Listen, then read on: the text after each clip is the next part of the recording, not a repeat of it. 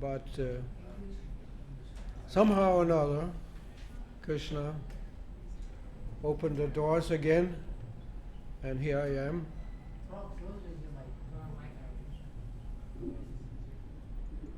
Are you translating or how? You're not everybody understands English? No? Yes, yes, they all. Okay.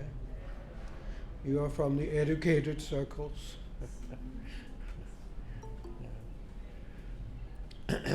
So somehow or another it became possible, and I'm happy to be back.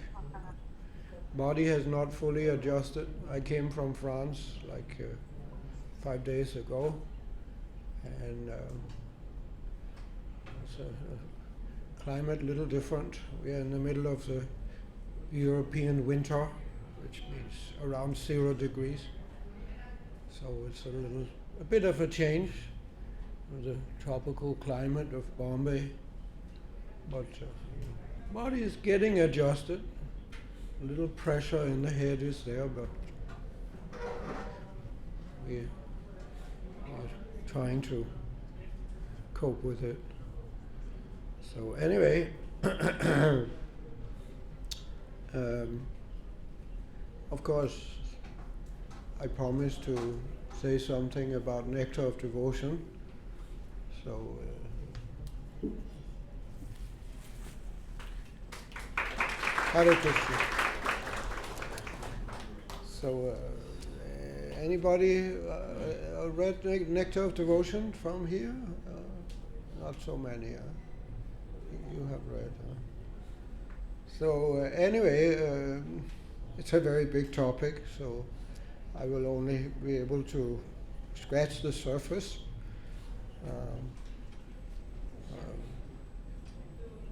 Nectar of Devotion is compiled or written by Rupa Goswami. Well, by Srila Prabhupada, but he was Nectar of Devotion is a summary study, as Srila Prabhupada called it, of the Bhakti Rasamrita Sindhu, which was written by Rupa Goswami, one of the illustrious 6 Goswamis of Vrindavan. And it's considered a major work for the Gaudiya Vaishnavas. We are Gaudiya Vaishnavas. In case you didn't know, you may not be from Gauda Desh, but since we are in the line of Gauranga, Lord Chaitanya, therefore we are, if that is our connection, that is the sect that we belong to. If at least those of us who have committed ourselves to ISKCON, and therefore, especially for us, the Nectar of Devotion is what Prabhupada called the law book of Krishna consciousness. Because just like a law book, it establishes the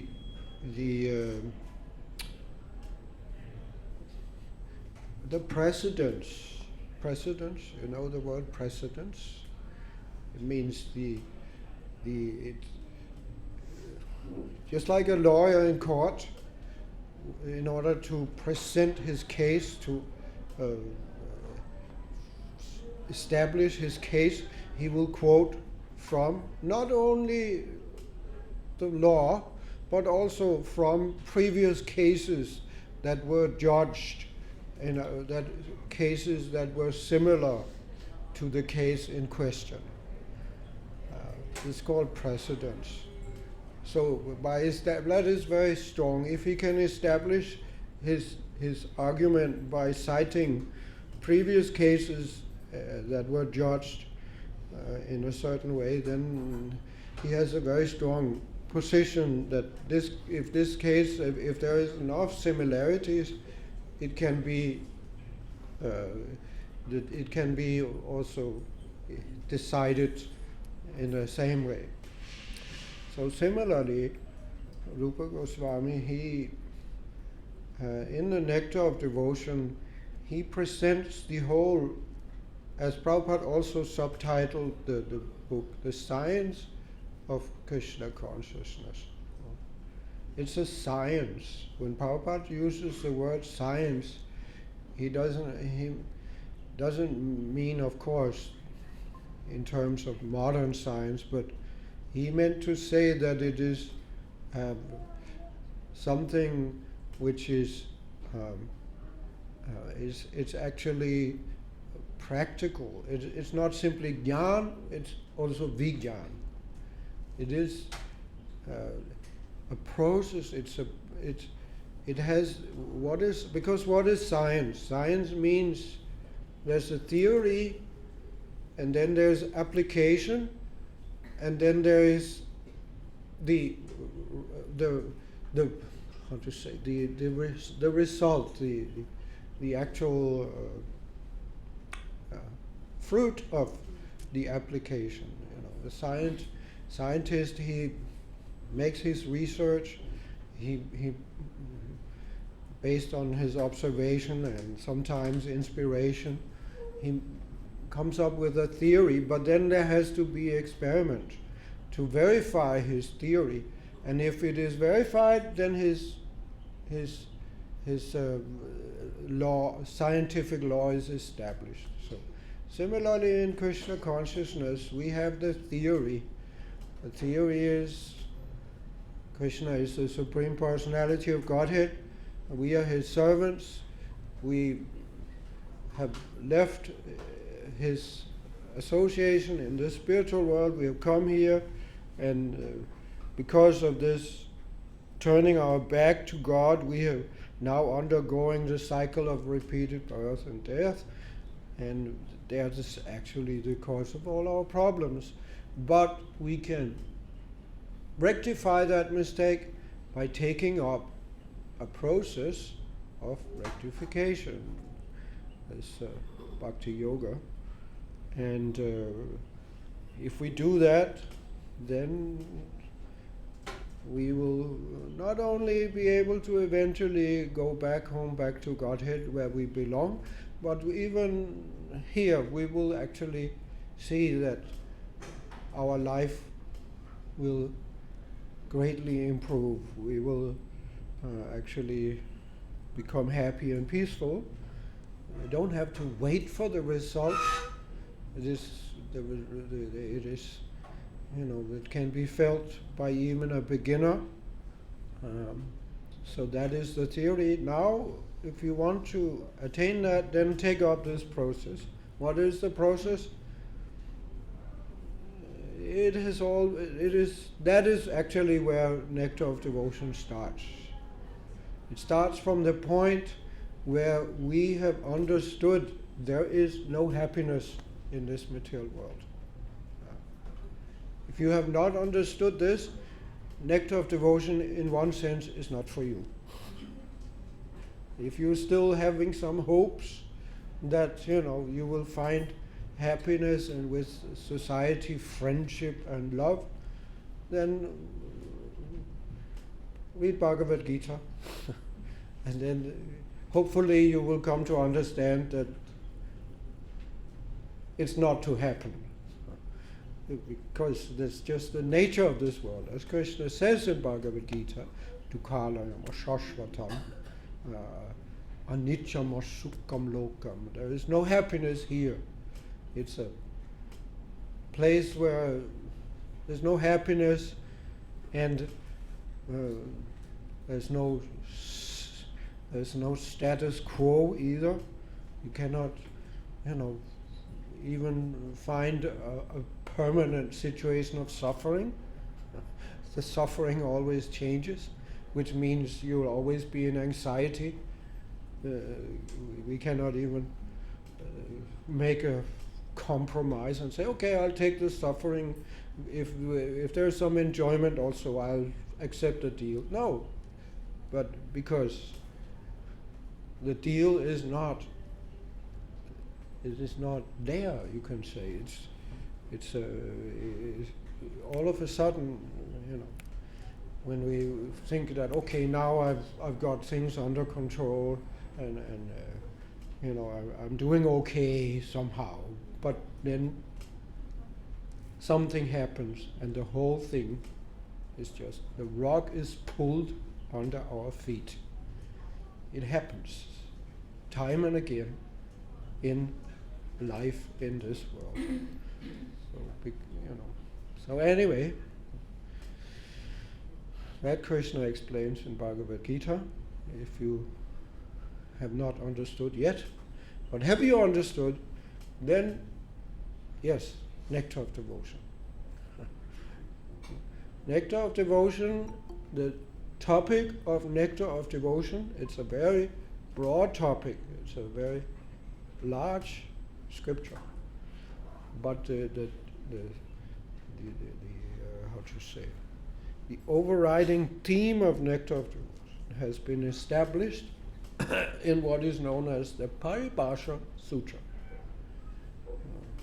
If you don't know anything else from Nectar of Devotion, this is the verse to learn. Anyapiloshita shunyam yana karmari anavatam anu kulyena krishna nushilanam bhaktir uttama. So, what this verse does, it defines what Prabhupada called pure devotional service, or uttama bhakti.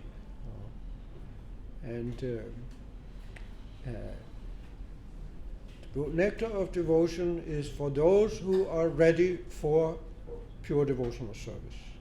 What is pure devotional service? Yes, that is explained in that verse. And that verse, has been analyzed by the great authorities as giving 5 characteristics of pure devotional service. And they are divided into what is known as Svarupa Lakshana and Tatastha Lakshana. So the Svarupa Lakshana means the what is it called? The primary characteristics of pure devotional service, which they actually pure devotional shares with just general devotional service. But then there are 2 further, which are called the Tatastha Lakshana, which are secondary characteristics, and which serves to distinguish pure devotional service from just devotional. Devotional service is, you can say, used in a very broad sense. It means any kind of worship of the Supreme. Religion, you can say, any type of actually bona fide religion. So anyway, so not to get too technical, I'll just quickly enumerate these. The devotional service means, first of all, it's an active engagement, it's an activity, it's not a kind of passive meditation, it is an active engagement. That's the first quality. You can list them in whatever order you want, but that is, I mention them in that order. It's an activity which is performed for the pleasure of Krishna, the Supreme Personality of Godhead, not for the pleasure of my wife or my husband or Ganesh or Durga, whatever. No, Krishna. Devotional service must be, for Krishna, not anybody else. That's the second quality. And the third one is that it's an activity that not only pleases Krishna, but it is performed with the intent of pleasing Krishna. Because it is possible that an activity can be pleasing to Krishna, even though it's not actually, that is not the intention of the performer. Typical, very clear example is when Hiranyakashipu, he became determined, I must kill this Vishnu. Krishna actually it gave him happiness because Krishna is he likes to fight sometimes. So, he had a good fight. Prabhupada also liked to fight. Those of you who know the history of this place, it was a big fight. Now it's hard to conceive what it took to establish this project. But it was a big fight. You may say it was the biggest fight in Srila Prabhupada's life. I think you can say like that. It was very, very difficult, especially because of a certain Mr. Nair. You may have heard about. So it was a big fight, and I'm not going to go into all the details of that. That could be the subject of a whole series of lectures. Girivaj Swami, he wrote a book with all the details. Let There Be a Temple. It's available here. So anyway, after the whole fight, when the whole thing was over, at least in one sense you can say over. There were many things even after that, but when the widow of Mr. Nair, he died actually, but she continued the fight, but finally she surrendered.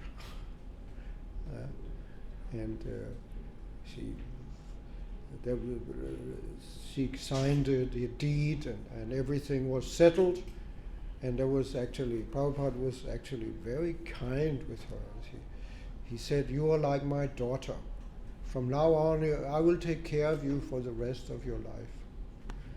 Like he was, because she actually broke down and was crying and asked Prabhupada for forgiveness for the trouble that she had made. So anyway, and there was a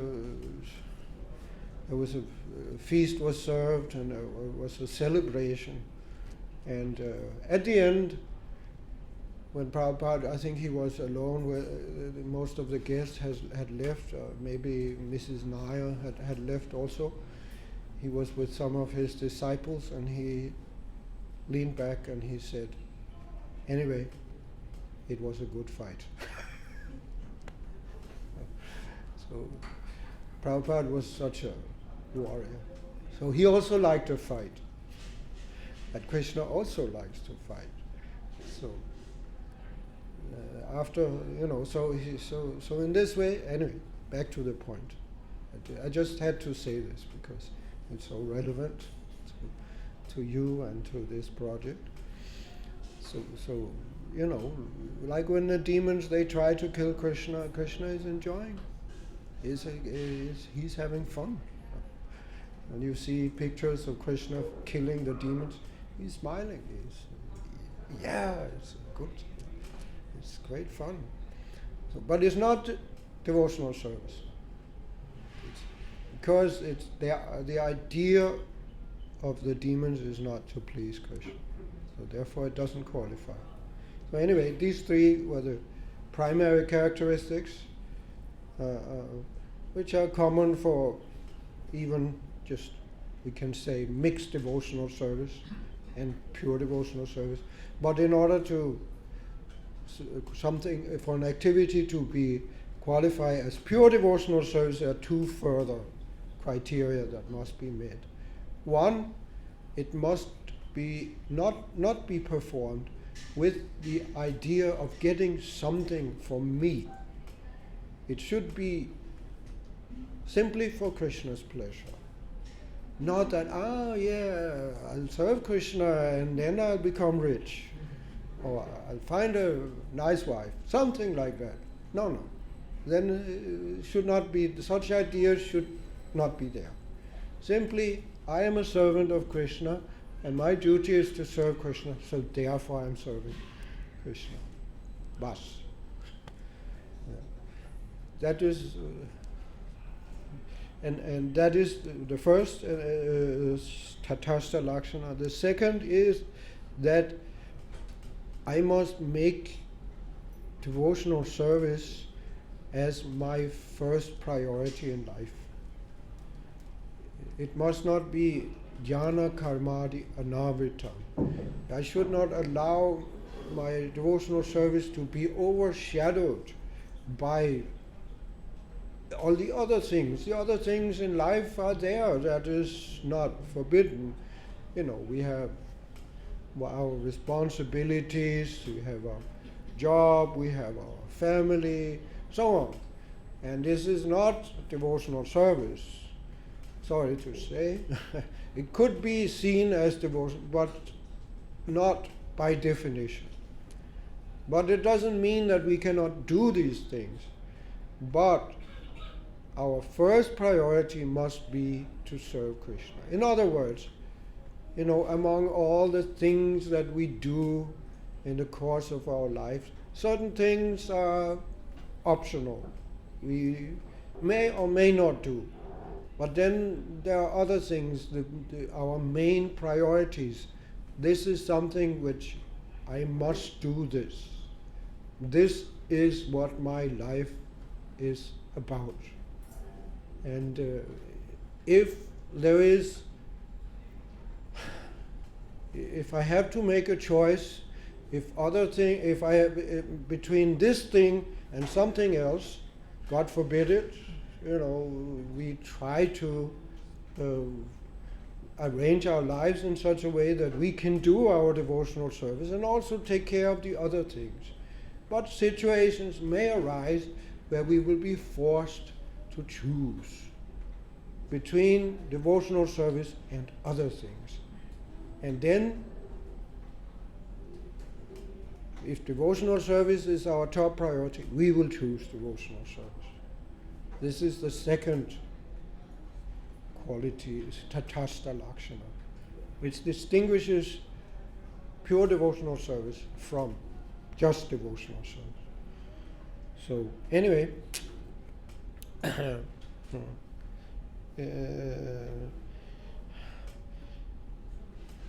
one thing we can gather from this definition of pure devotional service is that the only qualification to take up devotional service is that I must decide that I'm going to do this. In one sense, we can say you don't have to be a pure devotee to do pure devotional service. You don't have to be a Mahabhagavat or something like that. All that is required is we must understand that this is what we should do. This is what will make Krishna happy and therefore also us happy. And then I decide I'm going to do this. Anyone can do it. It is not a special class of people who are, can do pure devotional service. Anyone can take it up and reap the wonderful results. And that is what Nectar of Devotion, Bhakti Rasamrita Sindhu, is all about. How to perform pure devotional service. And what actually, starting right from the very beginning level of that's why I just subtitled this presentation From Shraddha to Prema. Because I didn't find the place, but it is in one place in Nectar of Devotion, Rupa Goswami, he summarizes the whole process that is described in Nectar of Devotion by describing, I think, 8 steps that leads us from Shraddha, which is the very beginning of the pure devotional service, and right up to Prema, which is the perfection, the ultimate goal that we will attain if we follow the process out. So I'll just quickly run through these 8 steps, and I may have a few comments also. I may relate it to some things that I think is very relevant to our lives in general, even outside of Krishna consciousness, just the life of everyone in this modern world. So anyway, it starts with Shraddha. What is Shraddha? Shraddha is that initial feeling or understanding that Krishna consciousness is a good thing. It is something I should be interested. I should take it up. It is actually the solution to my problems, like that.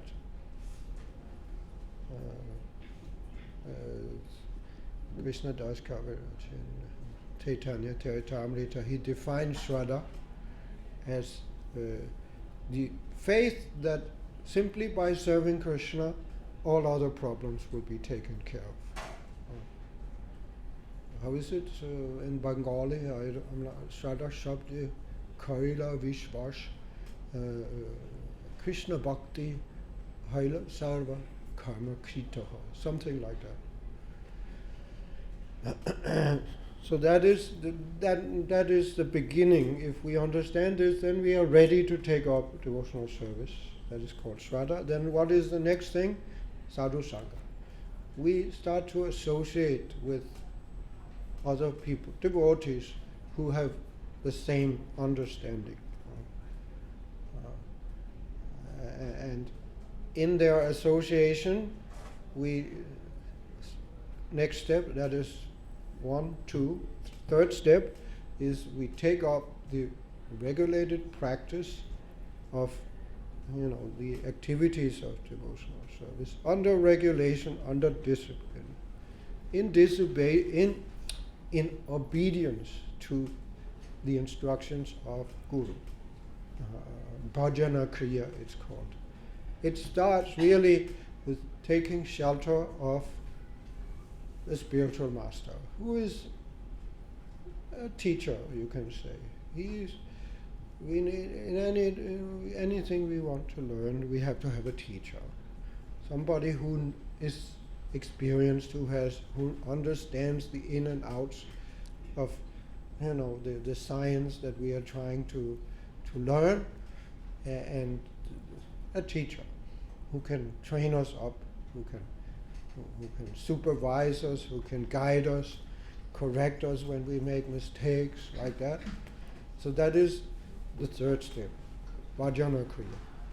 And then when we do that, then fourth step, we will actually start to get purified.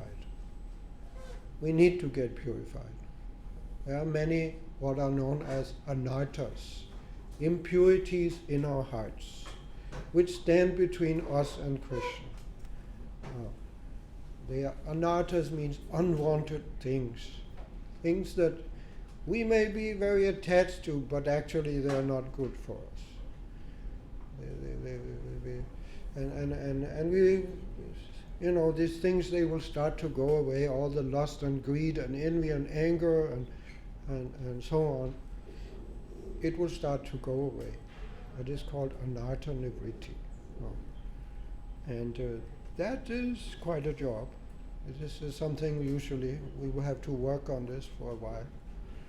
And but what happens when most of the impurities have been removed from our hearts, then we will come to the fifth level, which is called nishtha. which means we will become, as Prabhupada called it, fixed up in devotional service. We will not, because in the beginning stages there may be some wavering, we may be in and out a little bit, we may come to the temple and do some seva, we may chant and so on. But then, we become bewildered, we get other ideas, and for some time we may get a little diverted. So that means we have not come to the platform of Nishtha. Nishtha means we do devotional service every day, without stop, without distraction, at least without any distraction that deviates us, causes us to interrupt our devotional service. And that is Nishtha. Then what happens next, sixth, I think we are on the sixth now, is that we will actually get a taste. It's ruchi. We will actually feel that, get some joy out of the activities of devotional service. We are not simply doing it because I've been told to do this. My Guru Maharaj has told me to do, therefore I'm doing. But we will actually start to like it better than anything else that we could do. That is ruchi, the level of ruchi. And seventh, we will actually gradually not only we will not only like devotional service, but we will actually start to like Krishna. Asakti. We will become attached to Krishna as a person. We will fall in love with him. At least the beginning, awakening of, it's called attachment. Before full-fledged love, there is attachment. We will actually want to be with Krishna. We will want to serve Krishna because we love him, and we don't, no, not in Asakti. What happens is that we don't just, not only just in a general way we love Krishna, but we start to develop a specific attraction for Krishna in a certain form. Krishna has, of course, Ramadi Murtishu Kalani Amena Tishtam. He has unlimited forms, and he has unlimited pastimes and unlimited relationships with different devotees. And on the platform of Asakti, we will actually start to move in a certain direction. We will want to serve Krishna in a particular way and relate to him in a particular relationship, in a particular form like that. And then we are almost there. The next thing that happens is called bhav. It is the preliminary awakening of love for Krishna. And it is compared to the dawning light of the sun. In the early morning, before the sun, the disk is actually visible over the horizon, there will already be, the light will already be there. It will already, be possible to see what's happening and to, generally, especially in India, if we have to travel somewhere, especially in the old days when people would travel by foot, that was the time when they would start their journey. Because it's not too hot yet, but you can see your way. When it's still dark, we don't want to start moving around. We may trip or something. But as soon as the dawn is there, a little light, then we get going. And we try to do the major part of the day's journey before it gets too hot, before the sun gets too hot. So anyway, that we can already do before the sun, so that is is Bhava, the beginning light of Krishna, love for Krishna. And when the sun is fully visible on the, then that is Prema, the full manifestation of our love for Krishna. That is the goal. That is what we are trying to attain. And it will be attained if we just follow the process sincerely. So anyway, that is a very short summary of what Nectar of Devotion, Bhakti Rasamrita Sindhu is about. And one footnote that I would like to make is that we can observe from this whole analysis that what is we can say the element that starts this process and sustains this process and eventually grows, that is faith. It starts with a little faith, but as we move forward, that faith grows and becomes stronger and stronger. It becomes firm conviction. It becomes, love for Krishna. So, therefore, faith is so important in Krishna consciousness, and not only in Krishna consciousness. Every living entity, in order to live their lives, they must have faith. We have to base our lives on something that we can actually will form a foundation for our life. We must have some kind of faith in something or another, and that is actually the function of intelligence, at least one of the functions of intelligence, to properly place our faith. Because we need to have faith in something. Even to get out of bed, we have to have faith that the floor is not going to collapse under me when I step out of or that something horrible is not going to happen when I wake up. Otherwise, I may try to take shelter of just sleep. Some people, they do that, mode of ignorance. Life is so horrible that they just try to escape into this dark, cozy world of sleep, which is not. If you try to do that, you will find there's no shelter there either. It's actually quite horrible. And if we just try to sleep our way, but in order to do anything in this world, there must be something we have to have some shelter, something to hold on to. So the proper placement of shelter of faith is Krishna. Krishna is actually the only person we can trust in this creation. Ultimately, that's another way of describing faith.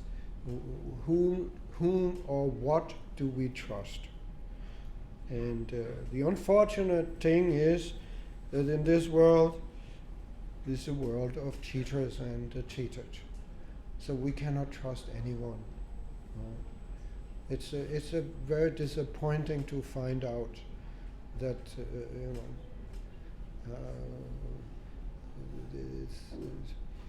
no matter who we try to depend on, who we hope to can give us shelter, they're not going to be able to do it ultimately. They're going to disappoint us. They are all, what is Bhagavatam calls Atma Soinishu, means fallible soldiers. We try to take shelter of our family, our country, our our own bodily strength, whatever, our money, whatever it is in this world that we try to depend on, that we that we trust, ultimately we will get cheated. But Krishna will not cheat us. If we put our faith in Krishna, then we are properly situated. But unfortunately, most people in this world, because this is the material world, they put their faith in something else.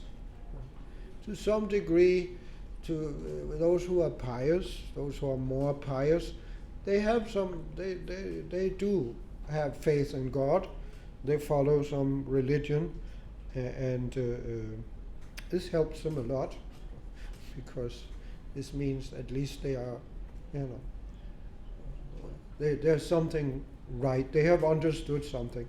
But in this modern world, as Kali Yuga progresses, this was always there, but especially in this age, we are moving further and further away from Krishna, from God, and we are putting our faith in other things. Modern science, the political leaders, the media, and so on. And that's how we end up in a situation like we have seen. It's a very pertinent example, the pandemic. Why is it that the whole world, goes crazy? Because there is some epidemic. There have been epidemics, it always is part of life in this world: birth, death, old age, and disease. It is part of existence here. Why should we panic? Why should we all of a sudden think that, now we have to isolate, now we have to wear this, sorry to say, ridiculous thing in front of the face? Why do we have to inject some chemicals? We don't know what it is, but we are told that this will protect us, and we believe it. Why? Because we have to have, and that's my point, we have to have faith in something. We've lost our faith in God, we've turned away from God, so now we are trying to take shelter of other things. And we see the result. We suffer more. So, yeah, this is a challenge. Our faith is always being challenged. This is, Prabhupada said, this is one of the functions of the material energy, is to create doubt about the existence of God. So our faith is being challenged, and this makes life difficult. But it's also, it can also, if we meet the challenge, if we pass the tests, this can also help us move forward, strengthen our faith in Krishna, and make us, convinced that yes, my only shelter is Krishna. I must take this devotional service very seriously, because nothing else will actually make me happy. Hare Krishna. So,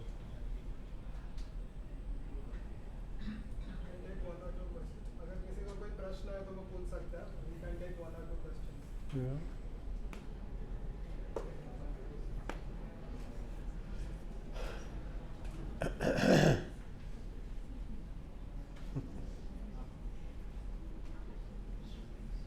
If there are no questions, no problem.